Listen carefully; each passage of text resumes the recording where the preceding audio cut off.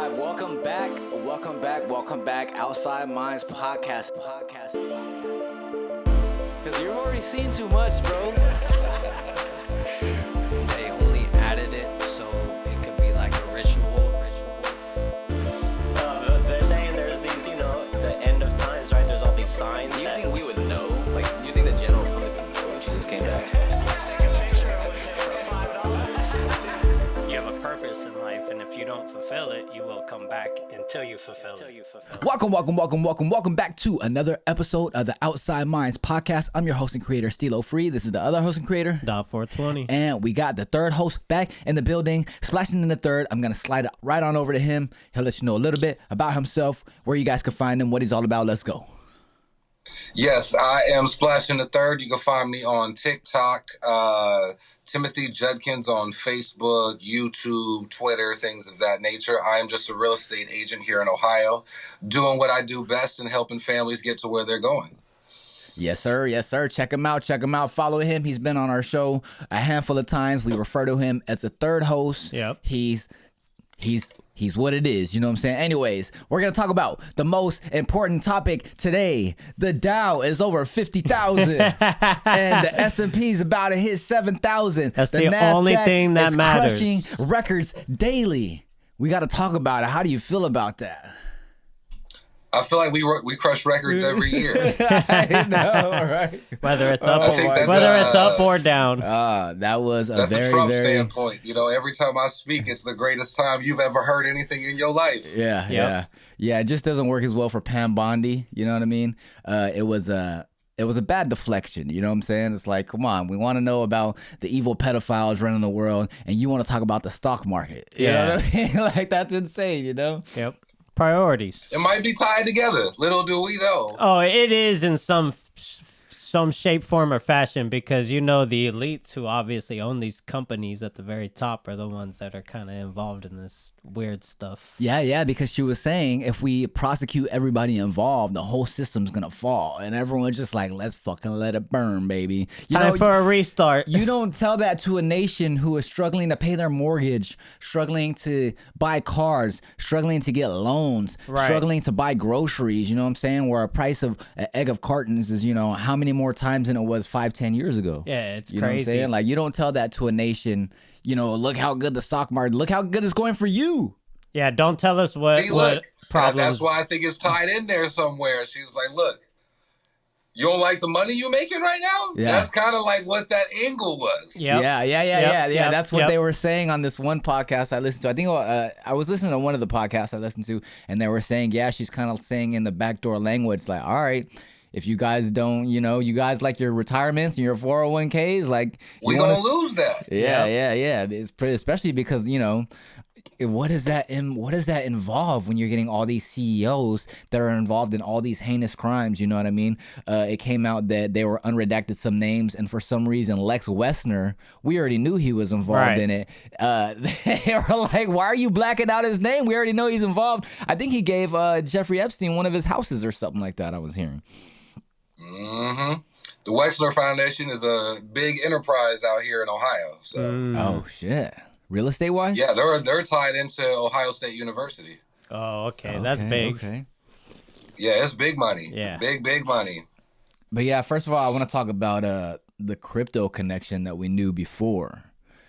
Jeffrey Epstein made an unusual early bet in cryptocurrency by investing about $3 million in the Coinbase around 2004-2015, a stake he partially sold for a large profit. He also put seed money into Blockstream, a firm building core Bitcoin scaling and sidechain technology. His investments in the companies like Blockstream and initiatives at MIT meant he was funding the technology that actually makes blockchain work.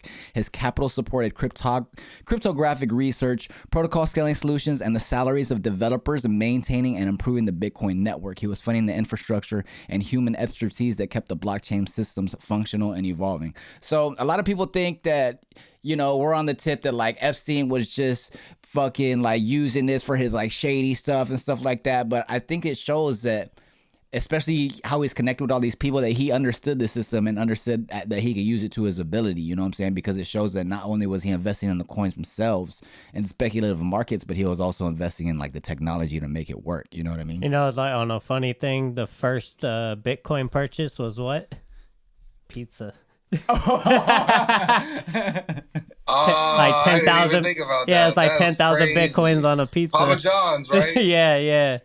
So what do you think? What do you think about the whole comet pizza thing? We mentioned that last podcast. I think we just touched on it. Do you think it was a real thing, or do you think it's just like a smoke and mirrors kind of thing to get us like?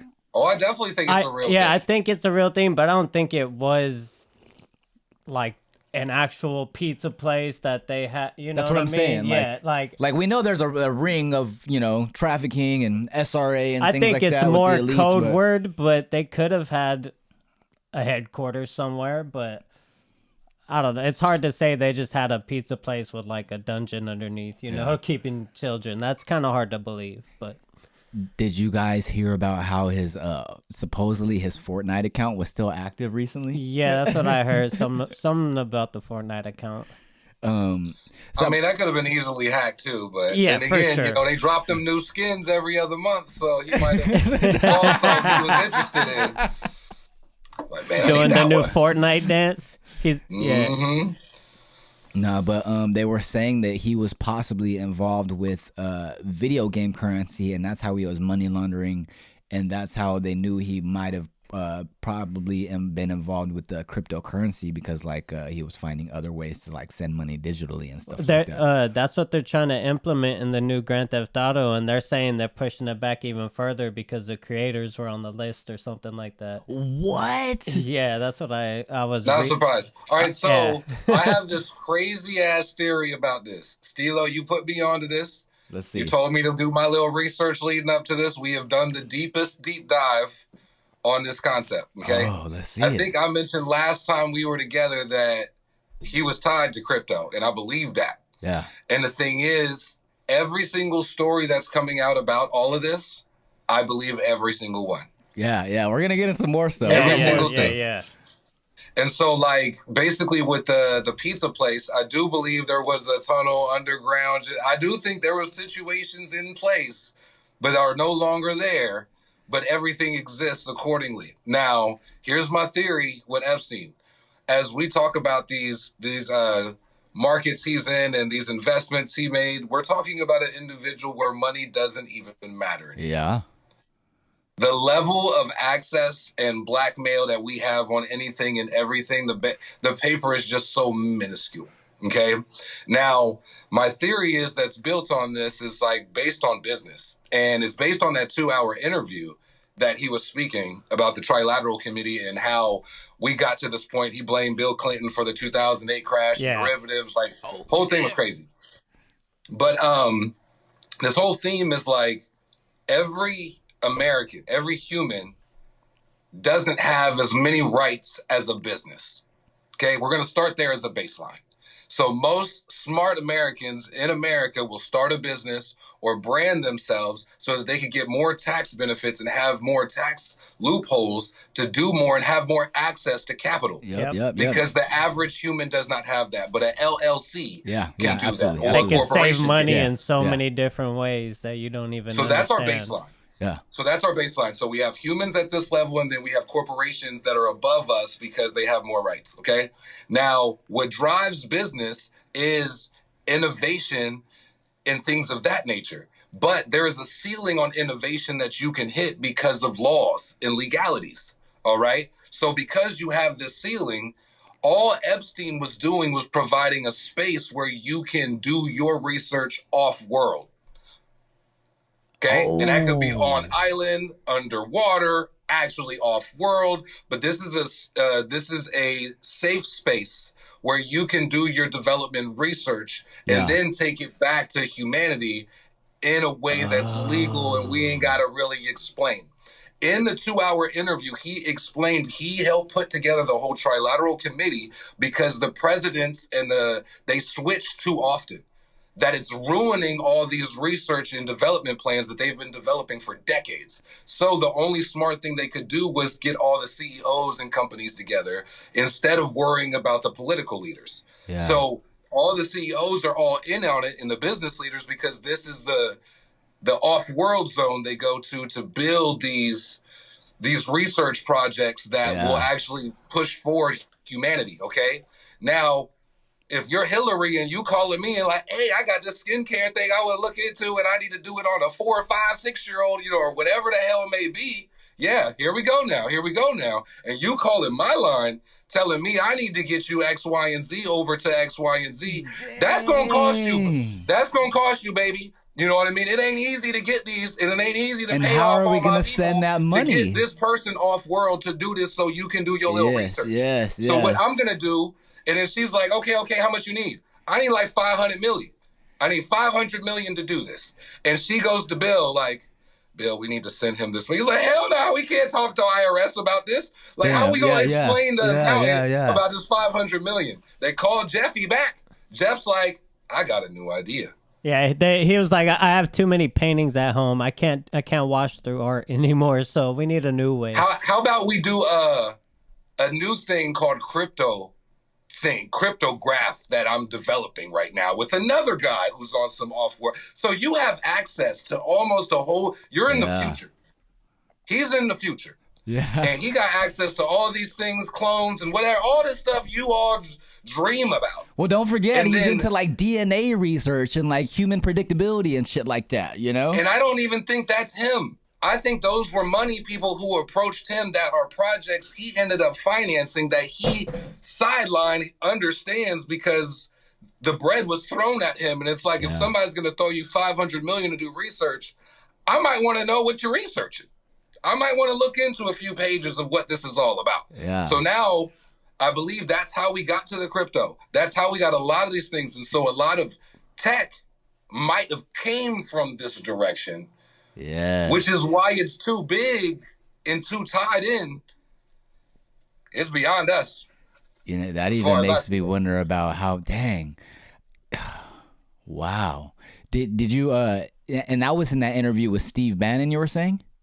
Oh, Steve Bannon, hella jealous. I wish I was there with you. You should take me. Oh, it was a private flight? Oh, of course it was a private flight. Yep.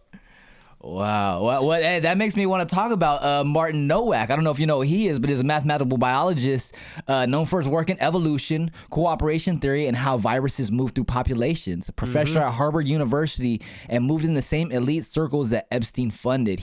Epstein donated money to Nowak's research programs, and Nowak later acknowledged that Epstein liked to surround himself with top academics. In interviews, Nowak described Epstein as someone who collected scientists, meaning he cultivated relationships with high-profile researchers, almost like status symbols. Gotta catch them all. He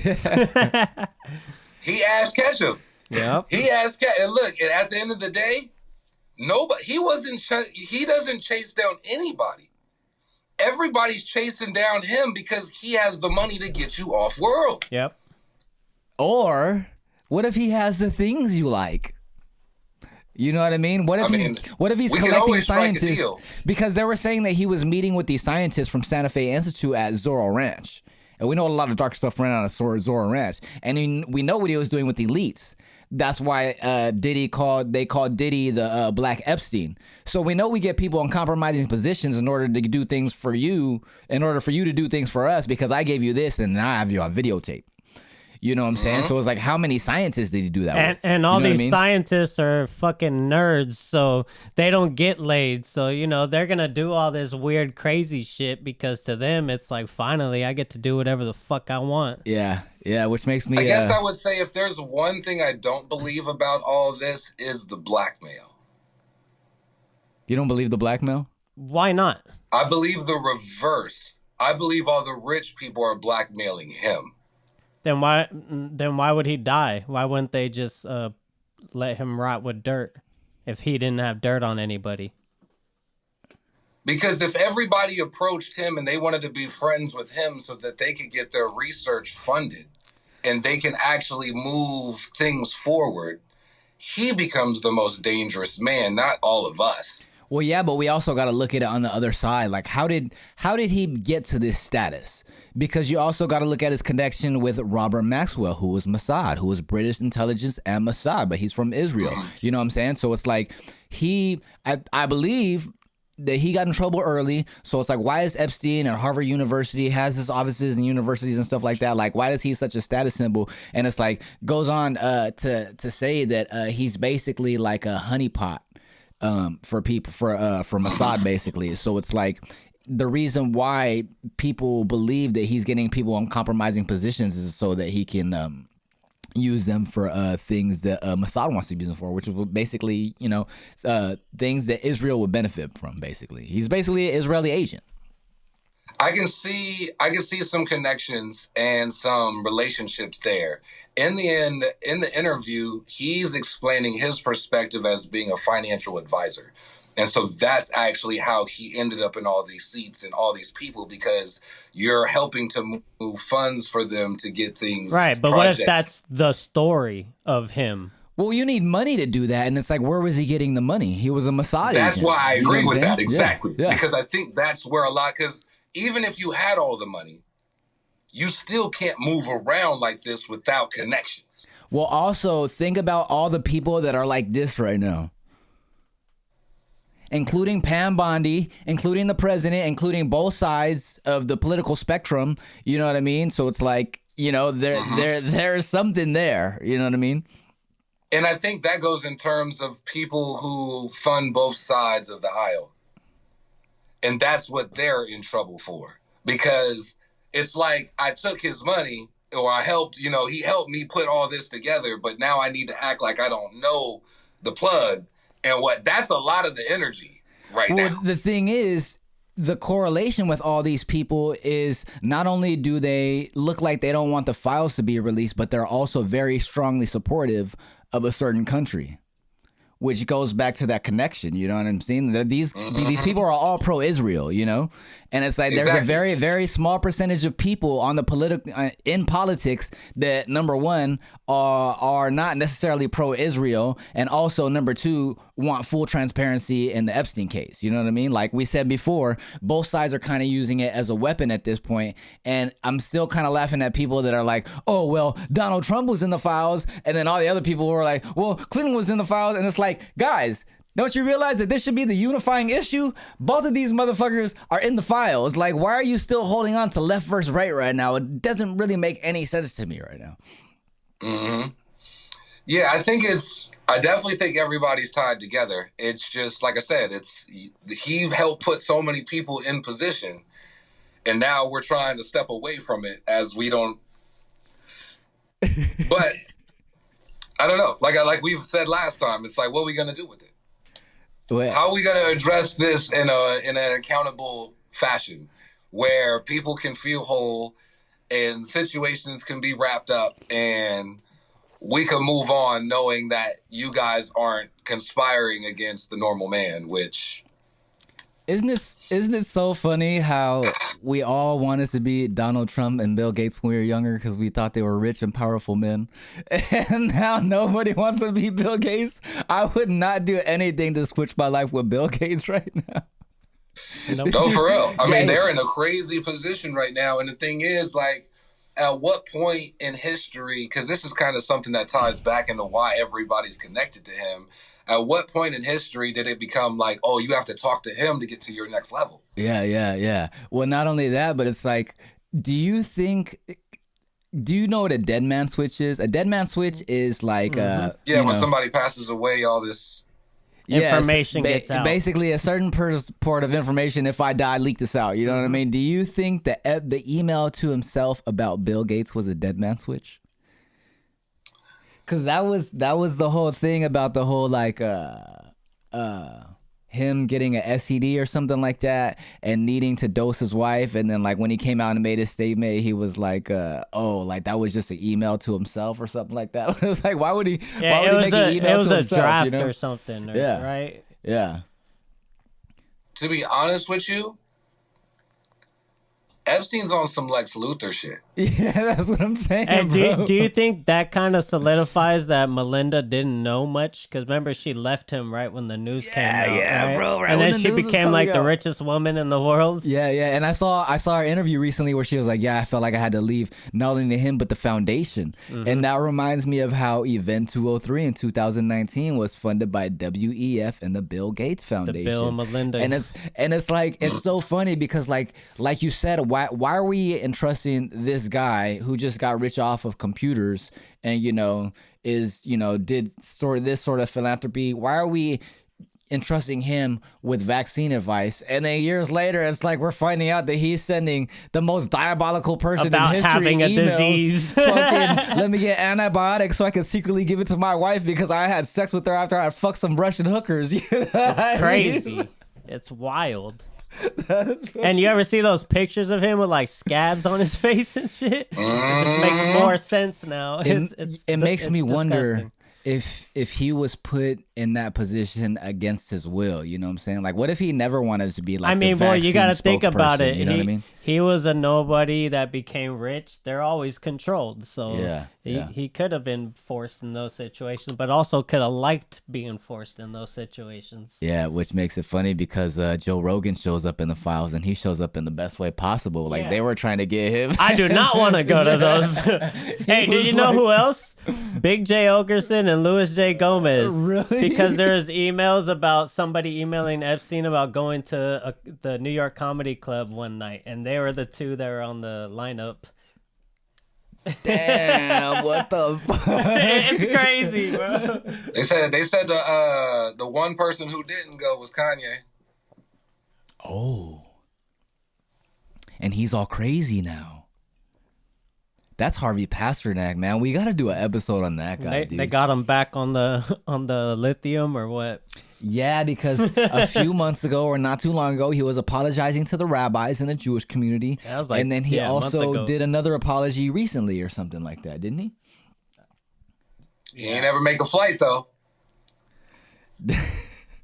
That's the crazy part. Yo, what about That's the those? crazy part. What about in 2018 when he ordered 330 gallons of sulfuric acid to the island? Do you think he was getting rid of bodies and evidence That's for what? wild. For research purposes. Of course. So, Of course. what else can you tell us about that the interview, bro? I mean, that's kind of like the big bulk of it is how the financial world is what put him in a center figure. And people were basically comparing him to Kissinger. Like, he's our decade's Kissinger when it comes to financial prowess and knowing how to put funds in the right place to jumpstart businesses and to create industries, let alone help you get rich.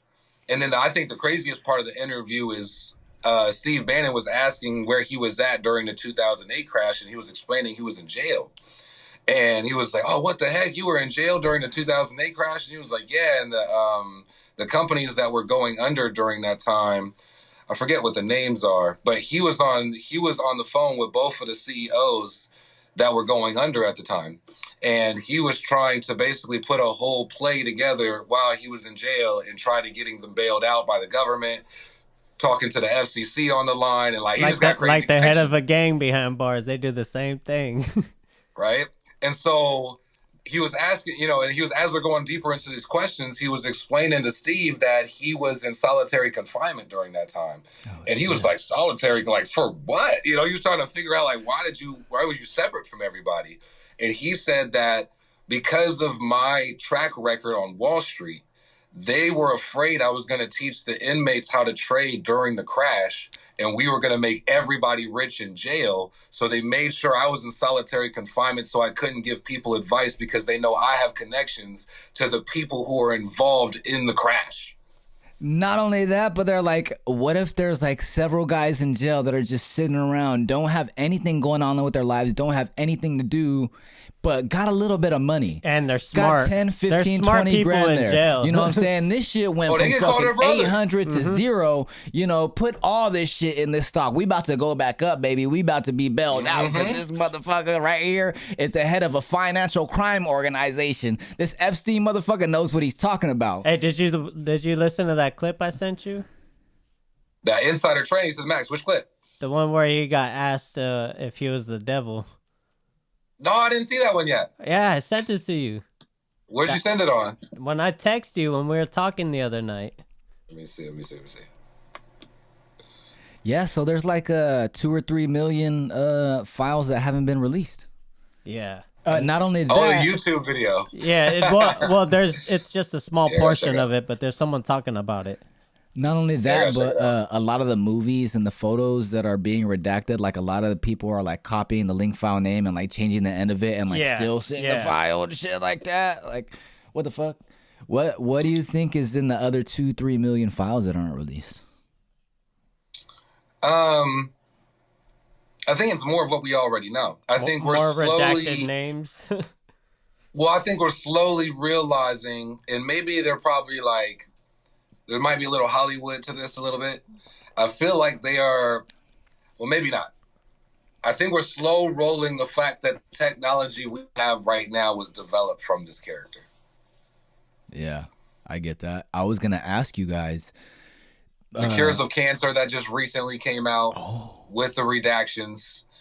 Yeah, that's all over the place. Pancreas cancer cure just came out. A whole bunch of new cures just came out. So I feel like these are going to be hand in hands. Hey, these guys did this and we're caught. By the way, we have new discoveries. Hey, by the way, and they're going to be hand in hand. I was going to ask you guys, do you think that the downfall, well, not the downfall, but the bear market in crypto right now is because of the Epstein revelation? Or do you think it's more market manipulation? Or do you think it's both? Do you think that they're taking advantage of the news to just make the market go down right now and just going to buy a bunch of it up because it's going to run back up? You know what I mean? Because a lot of people are like, oh shit, Epstein was involved with the creation of crypto. So it's like everyone's trying to dump it right now. And then everyone's going to like, you know what I mean? Like, which one do you think it is? Do you think it's more like it's down right now because he was involved? Or do you think it's more like market manipulation, or both? Could be both. Yeah, I think it's them taking advantage of good, bad news, probably. I want to say it's like a dead space right now until we figure out if we keep SP 500s up 50K. You know, if we keep everybody on this side, everything will be fine with crypto. But if we go in the direction of how you cut me off and ask, when are we going to prosecute that? If we go in that direction, the sell-off is going to go crazier, because we have to understand, like any other industry, like any other business, if I went to this island and you helped me develop this new aspirin that works 3 times faster and the kids love it and blah, blah, blah, and I know I'm about to get rich, guess what we about to buy stocks in 4 weeks before we even break out this. So a lot of the industries or the rich people are already in on what was going to happen and not happen. So if we're going in the direction where you trying to prosecute, we need to get our shit off before you find out that I was in before all this became big. Yeah. But so let me I'm ask just you a this. speculative kid who got in at a certain time and I have no ties to all this, ride that wave, bro, because it might go up if we stay on the 50K plus side. If we're just like not going to address accountability and move into the XRP digital world like they want, then I think it's gonna bounce back. But if we're going into the accountability direction, we're going into some post-apocalyptic. That's what I was going to ask you. It sounds like we're going in 2 different paths. And one of the paths is basically maintaining the system where the rich get rich, the poor get poorer. There's a very, very big wealth gap. A lot of people are broke and unhappy and kept into this repetition of fucking barely breaking even on their bills versus fucking just tearing it all down and building a new system. You know what I mean? Do you think it's as extreme as those two? And do you think that could be basically what the whole spiritual battle is and the great awakening? Do you think it's all connected with that? If I could leave it on night, if I could be on a positive note with this, it would be like the spirit of America that the forefathers always had and always wanted and knew would always work. And I think that goes back to the freedom of speech. And the reason I premise it in that setting is because freedom isn't free. And we are in a nation where people are, at least the ones that be, the powers that be, are shooting themselves in the foot because we have freedom of speech, because we can speak freely. Truth is part of freedom, right? Yeah. And so as that's attached to that, it's going to transform. It's transforming people because you're realizing you're not free.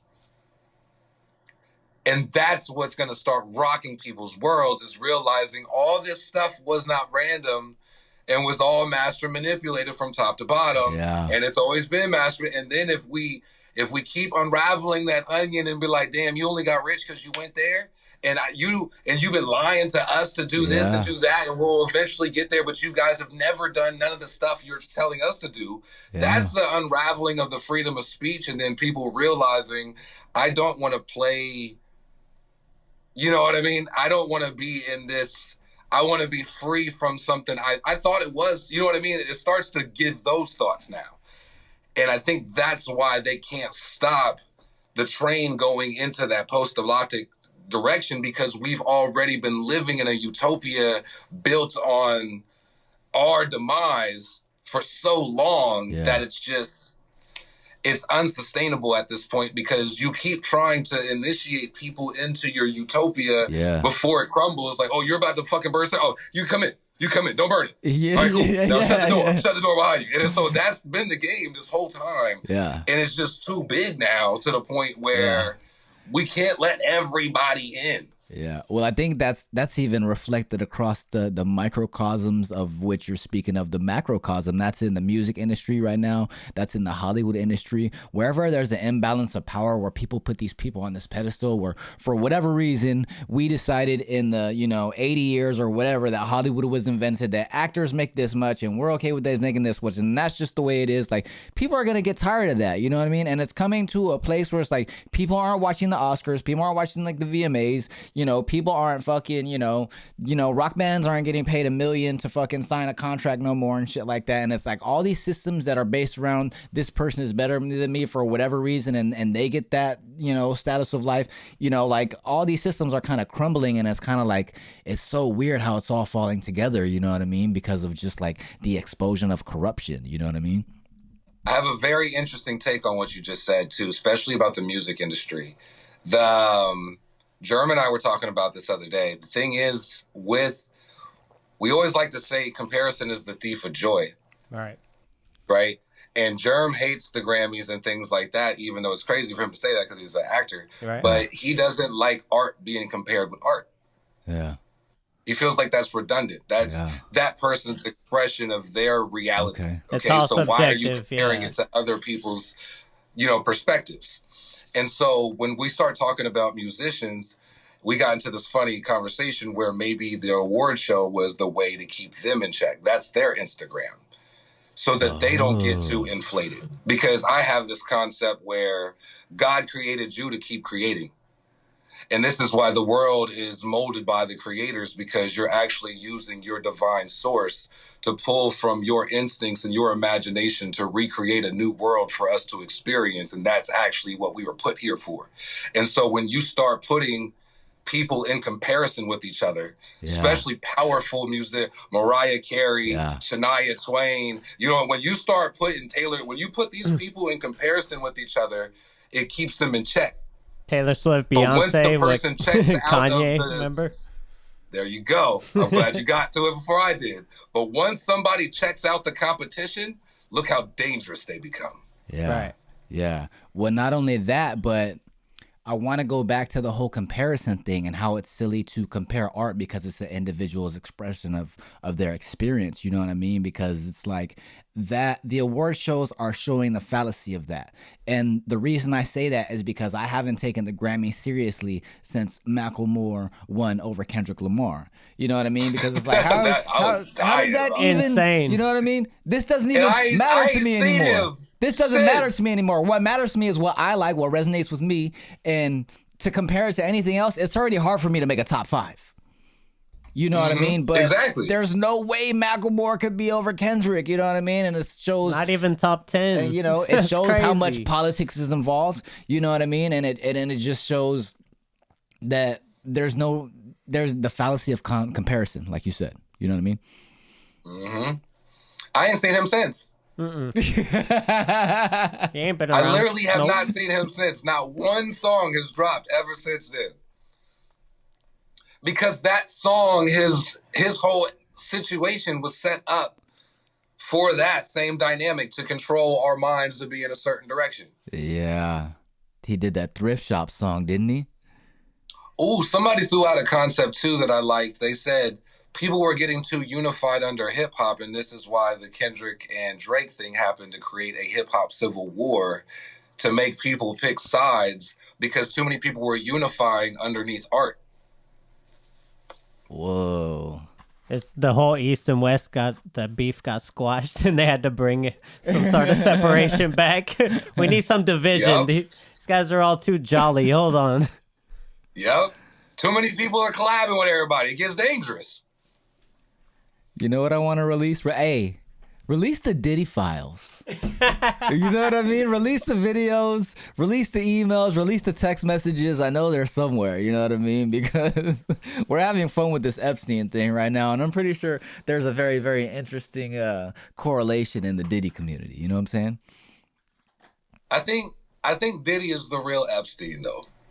Why do you say that? if I had to say, I think that's the case. I think everything you guys believe about Epstein is really Diddy. That's a Diddy vibe. You know what I mean? Everything you're hearing is more of like in his direction, in his wheelhouse. They are both powerful for no reason. You know what I mean? Yep.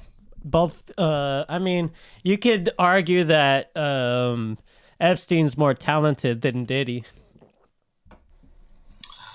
I would definitely say he knows way more than Diddy do. That's for sure.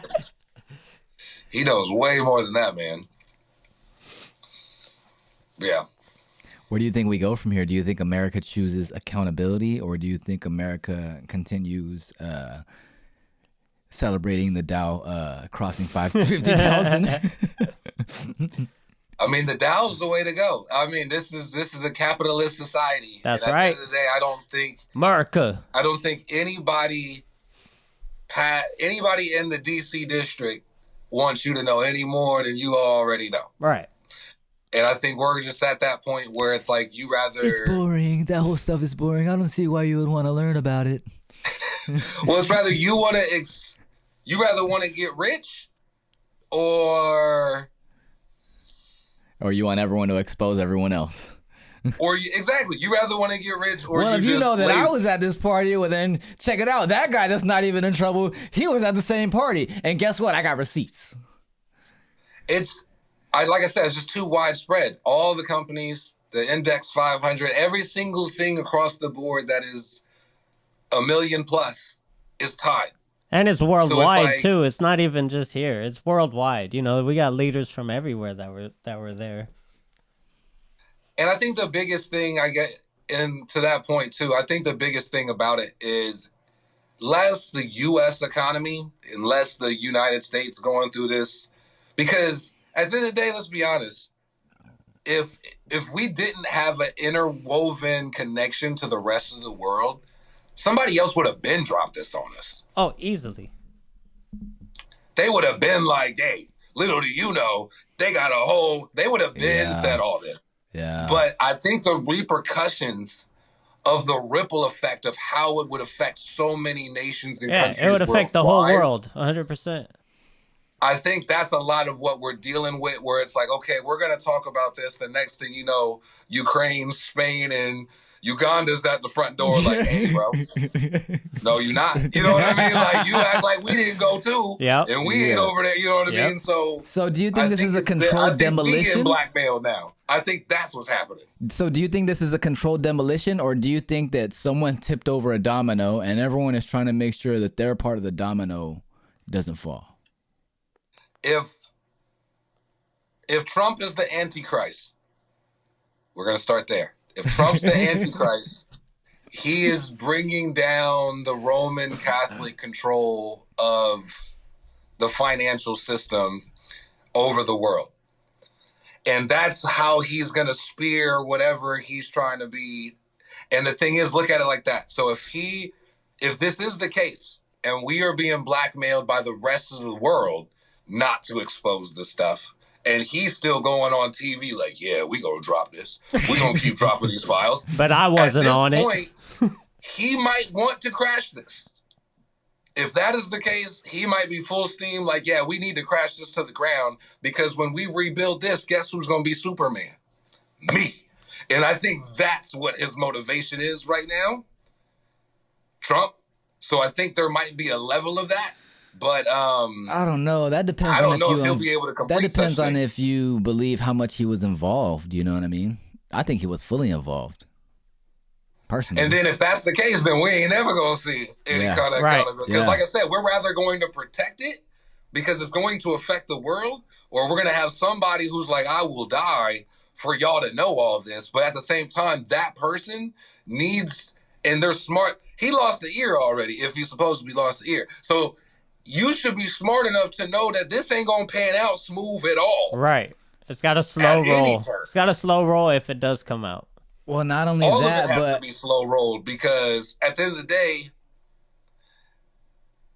you know, we can easily go back into that gridlock, you know, and act like nothing ever happened. And Justin Bieber is dropping a new album, and we could get right back on the train of what we've been doing. Nah, I don't think it's gonna go in that direction. Of course not. Because I think the thing, when I think about when Bill Clinton, well, not necessarily Bill, but like Barack Obama, there's like, I think of times when presidents were in office and nothing's like happened.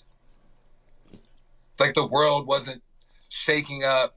Shit was just normal every day. You know what I mean? Yeah. And I think ever since COVID, we've been on a fucking roller coaster. Yeah, and I think this is like, this is signs that we ain't rocking with. It was a paradigm shift. Things are usually going. So it's giving more post-apocalyptic vibes. Yeah, I think so. I think so too. And I think Hollywood is so scared because I've made a few videos about it, but it's like, this is the biggest story in the whole world. It's connected with fucking, you know, global banks and fucking cryptocurrency and fucking, you know, just the worst things you can do to children and stuff like that. And at the fucking biggest award show, they're just like, we don't want ICE. And you're just like, that's because one president let in a bunch of immigrants, and then another president is trying to stop all the immigrants and bring them back. And you have this whole thing that's obviously an issue, but it's not the biggest issue in the world. And everyone's just here just nervous, like, stop ICE. And you're just like, well, what about the victims? They don't bring up the fuck? They don't bring up the number of people that Obama deported, and it's like fivefold of what Trump has. Yeah. It's crazy. Yeah. They don't want to bring that up because that blows their own mind, so they just don't want to believe it. Yeah. And it's so obvious. So obvious. It's like, we know what's going on, y'all. You know what I'm saying? Hey, when you watch that clip, you can fast forward 2 minutes and 14 seconds. All right, cool. I'll do that. Yeah. Yeah, man. So, what is your advice to the world moving forward or moving through this weird time we're in right now, bro? Oh, don't ask me that. I got a crazy rabbit hole. Bring us down, bro. I got this video that I watched. Bentov is his name. Sorry, somebody was calling me. My bad. She texted me. So I was watching this interview of this man Bentov who like cracked the code to reality, and he was on his way to Washington D.C. from L.A. to explain it and didn't make it. Obviously, you know what I mean. Oh yeah, So, I heard a little bit about that. And so he's like in this, you know, he's the magnetism, life, all these things are how things come together. But it was more of him getting to the bottom of consciousness and everything everywhere at the same time. Right. Then I came across this other video on Twitter not too long ago that's kind of reinforcing what he's saying. But I think there's a missing side to a lot of what we're doing. So if there was advice that I would tell people to do, I would tell them to imagine their own future more often. Yes. Okay. Yes. And the reason I would say that is because basically this girl was explaining that there's these versions of you that exist. There's this rich version of you, this broke version of you, all these things exist in reality, but all you need to do is sneeze your way into that life pattern, okay, so that you can be there. Yeah. But your cells are actually receiving and understanding what you're saying in your internal dialogue to yourself. So if you're saying, oh, I'm horrible, when I say, it's actually programming your reality to go in that direction. Yeah. So most people don't actually imagine their future. And this is something that Olympic gold winners tell you all the time about their training, you know, and what they do is like they always visualize gold medal, they visualize winning, they visualize going across, because that's part of programming your reality. Yeah. And your reality is only, as she explains, is just a accumulation of your core beliefs. So if you believe that you'll never be rich, you'll never be rich. You can say, I'm rich, I'm rich. You can say it, but if you don't actually believe it, it'll never resonate. Yeah. Okay. And so Dot 420, I was going to pull up on Target and go look at that spot one more time, but I had that thought. So I had somebody recently called me and told me, how does it feel to be worth X million dollars now? Because I got a crazy deal where supposedly I'm worth a lot of money right now.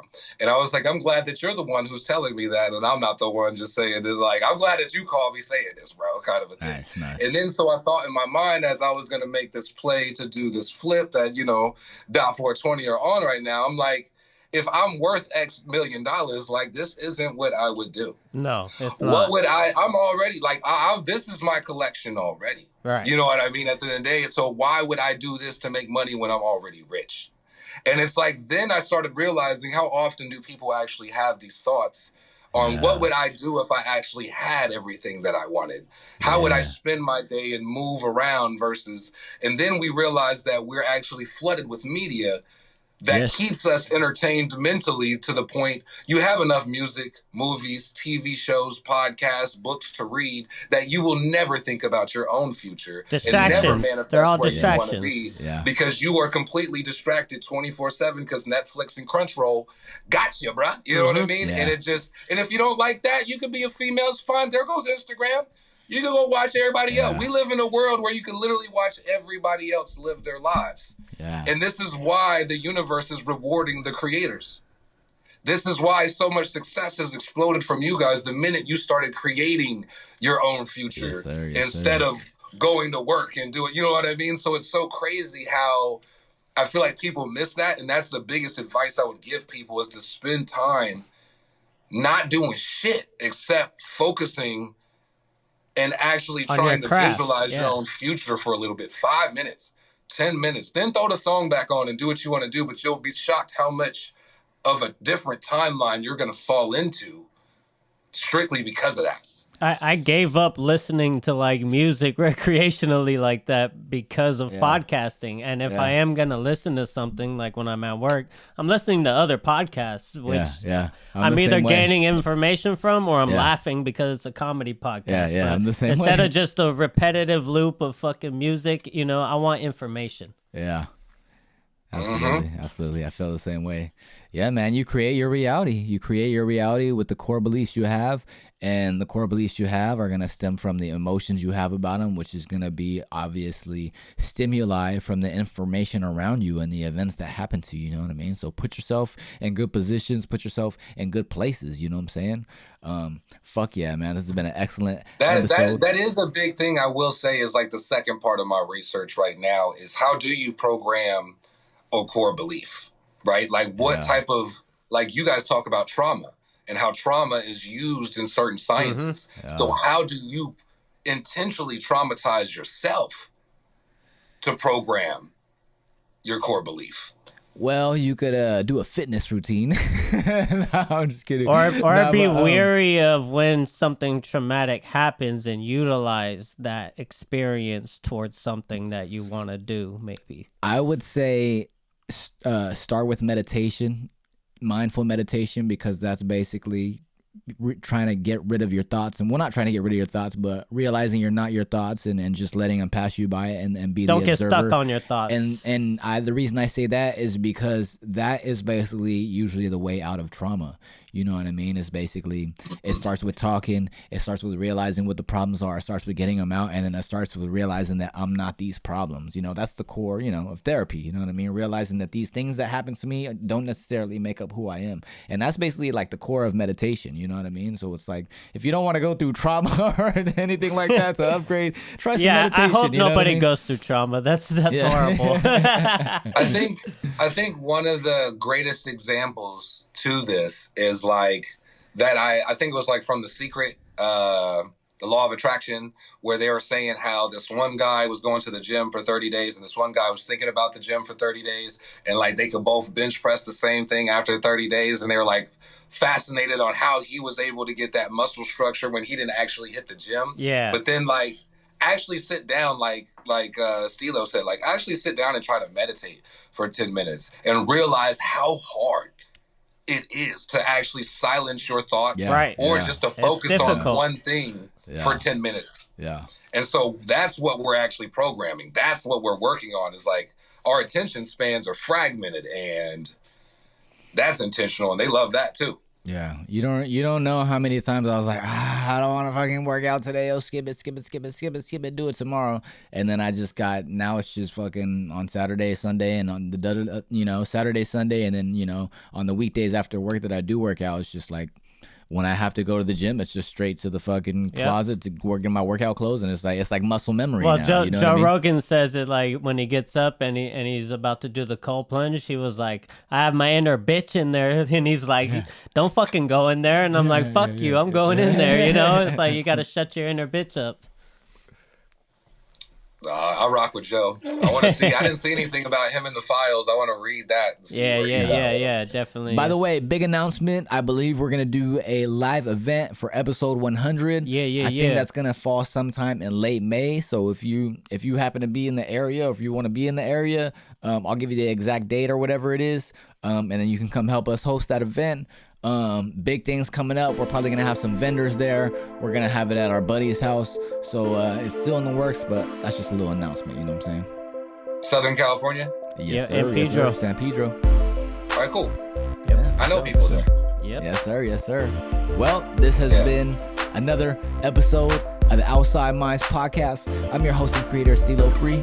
This is the other host and creator, .420. This is the third host over there. Splashing the Third. You know what it is. And let's go. We out. Peace.